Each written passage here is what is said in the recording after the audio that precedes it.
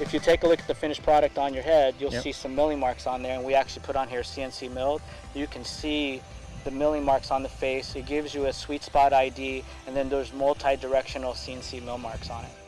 We'll fixture it on a machine, and now every single head, after it's been welded, goes in here, and you're milling it just like that.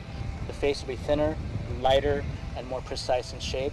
So when you hit this golf ball, it's going to give you a lot more accuracy, a little bit more speed. And that's the whole purpose of doing this for everyone, is to give them that speed and accuracy. So what do you think about the face? Does it look interesting? It looks cool. I mean, being able to have like the CNC mill marks on there, you know, it kind of shows you the technology and what you guys are doing. It's not, you know, hidden or just a story told. It's, you know, right there for you to see. A little bit of art going into it. Yeah, typically you see these types of milling marks on a putter, which is supposed to be perfectly flat, and it looks really good because you're milling it because it's flat. This is different because you're actually milling different curvatures on the face to make it perfect. Hopefully when you address it as well, you can see the sweet spot ID when you're addressing it, and helps you kind of line the golf ball as well. That's another purpose of why we did it, so that you can see it visually. Because we are in perfect control of it, we can design it thinner and know we're not going to go too thin. So now we're able to not only control speed in the center, but all around the center as well for those guys who miss it. Unlike you, who hits it more centered than most, for the people who do miss a little off center, there's don't worry, I find these areas too. Yeah, we try and aim for this area, but we're not perfect. So we took a look at the face, and what we've done is we've actually streamlined the perimeter of the face, making softer edges around the perimeter, which helps create better aerodynamic efficiency. And then we created what we're calling 360 aero.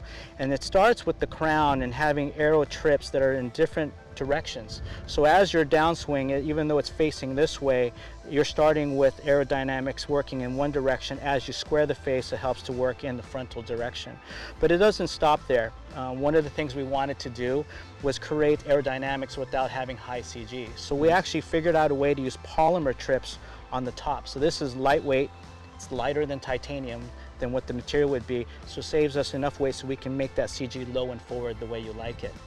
So Rick, this is an FA Plus with your shaft.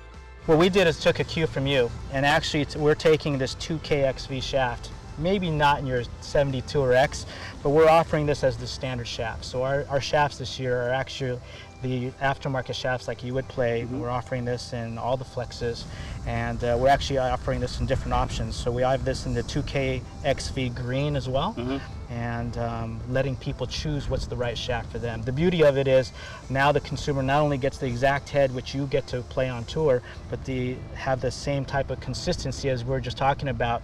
Pairing the two together, that's how you get the right driver. So Rick, we've talked about the new key technologies for this year, the CNC milled face and the new 360 aero. Yeah, let's go try it out.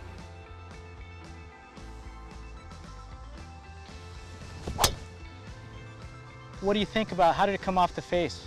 I mean, if you look closely, I did hit it in the center. Look at that. You can actually see the imprint of the golf ball right in the sweet spot. It's coming off hot. It's got some speed for sure.